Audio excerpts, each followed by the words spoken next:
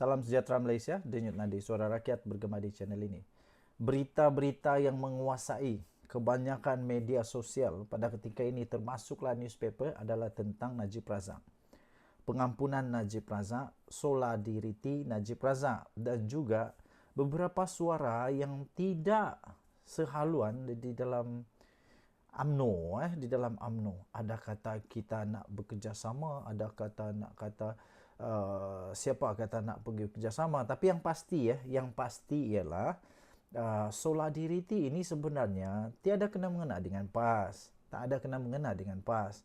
PAS itu dia solidaritinya sendiri, tak ada pun UMNO kata kami bekerjasama dengan PAS. Tak ada pun UMNO klaim bahawa perkara ini adalah satu kerjasama dengan PAS. Tak ada pun UMNO mengaku, tak ada pun UMNO kata kami dah bekerjasama, dah sehaluan semula dengan PAS. Tidak. Tapi sebenarnya PAS berbeza dengan UMNO. Mereka mempunyai agenda ataupun mempunyai gerakan yang berbeza. Tetapi mungkin secara kebetulan saja. Okey. So pada hemat saya, solidariti begitu pun sebenarnya tidak dapat menyelamatkan Najib Razak. Tidak dapat menyelamatkan Najib Razak. Kerana Malaysia ini bukannya satu negara yang biasa dengan perkara-perkara kita solidariti kemudian dibebaskan. Tidak. Kerana kita ada perlembagaan. Kita ada undang-undang negara Malaysia, ya. Kita ada undang-undang yang mana undang-undang itu nothing is above the law. Tinggi mana pun pangkat, jasanya besar mana pun, kalau dah salah tetap salah. Solidariti kah, berkumpul kah, berarak kah, apapun yang nak buat, kalau memang salah tetap salah, ya, tetap salah. Jadi tuan-tuan dan puan yang dihormati sekalian, sekiranya anda, pada hemat saya lah, pada pendapat saya, sekiranya anda adalah penyokong Najib Razak, anda boleh ikut saja, tak ada masalah, itu hak anda. Yang penting himpunan itu mestilah ikut lunas undang-undang. Bagi saya, kalau undang-undang kata tak boleh dan anda tetap berkeras juga untuk ikut, anda sebenarnya dalam masalah.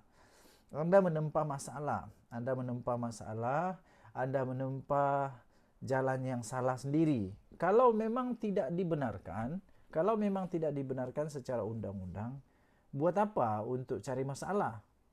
Buat apa cari masalah? Lagi pula, tak ada hasil pun untuk diri sendiri, ya. Kecuali anda ada kepentingan, ya. Ada kepentingan, okeylah. Okey. Kita mulakan bicara seterusnya, di mana kita harus menghormati undang-undang negara Malaysia, perlembagaan negara Malaysia, iaitu badan yang telah dilantik untuk pengampunan ini. Jawatan kuasa pengampunan ini diketuai, ketuanya, pengerusinya adalah Agong. Jadi kita di negara Malaysia haruslah kita bersama-sama menghormati perkara ini. Jangan sampai kita seolah-olah sedang menderhaka dengan yang di-Pertuan Agong pula, ya. Kita sudah lama di dalam negara Malaysia ini, dah berpuluh tahun, dah 60 tahun lebih, ya. Kalau tidak 70 tahun. Kita sudah bersama-sama menjunjung tinggi kedaulatan perlembagaan negara kita, kita bersetuju, kita semua dalam kontrak sosial kita setuju dan sebagainya.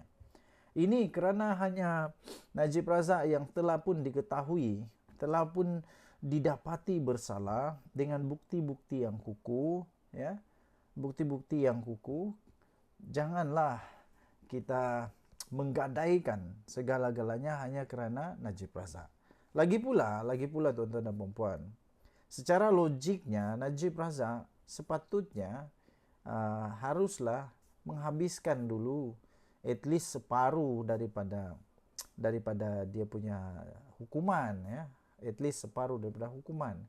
Keduanya ialah belum pernah terjadi di dalam negara Malaysia di mana banduan itu yang disebut sebagai tahanan rumah, ya. Yang disebut sebagai tahanan rumah. Masalahnya nanti apabila Datuk Seri Najib Tun Razak menjadi orang pertama orang pertama yang menjadi tahanan rumah, masalah nanti ialah ia akan jadi case study. Ia akan jadi sebagai satu rujukan pada kes-kes yang akan datang. Ia akan jadi satu kes rujukan pada akan datang. Kemungkinan besar pada masa akan datang ada orang, ada penjenayah, ada banduan yang pun akan minta seperti Najib, ya, untuk minta seperti Najib jadi tahanan rumah. Selama ini yang saya tahu ada beberapa orang lah yang jadi tahanan rumah di dunia ini. Dan itu bukan di Malaysia. Malaysia tidak begitu, ya. Apapun, walaupun begitu, saya tetap berpendirian menyokong jawatan kuasa pengampunan ini. Sekiranya Agung berkata bahwa Najib Razak memang layak untuk menerima pengampunan, okey. Lagipun kita perlu bersyukur. Kita perlu bersyukur dan berterima kasih kerana Najib Razak sudah pun dapat diskaun. 50% diskonnya. Diskaun penjara, diskaun denda. Jadi patut itu pun sudah disyukuri. Kerana bukan semua banduan yang dapat keistimewaan seperti Najib Razak. Ya. Jangan sampai benda ni jadi benda politik. Ini undang-undang. Undang-undang sepatutnya tidak dijadikan mainan politik. Kita harus jaga negara Malaysia daripada kerosakan undang-undang. Yang akhirnya pada masa depan yang menuai benda-benda yang dimainkan sekarang ini adalah anak cucu kita. Akhirnya anak cucu kita akan mempersoalkan mengapa. Apabila nanti kalau kut-kutlah ada lagi pemimpin yang didapati bersalah, kemudian akhirnya ada lagi solidariti untuk bebaskan tahanan rumah yang sepatutnya belum lagi. Risau saja tuan-tuan dan puan-puan kalau selepas ini ada pula orang minta baru setahun masuk penjara dah minta tahanan rumah, sedangkan 10 tahun penjaranya. Jadi itu agak merunsingkan. Walau bagaimanapun kita terus tengok apa yang terjadi. Kalau himpunan yang dibuat itu ada permit, nak kata apa lagi? Pergi je lah. Tapi kalau tak ada permit, tak payah nak ikut-ikut. Itu tempat bala sendiri gitu. Tinggalkan komen anda. Denyut Nadi, Suara Rakyat bergema di channel ini. Jangan lupa tekan butang subscribe, like dan share. Bye-bye.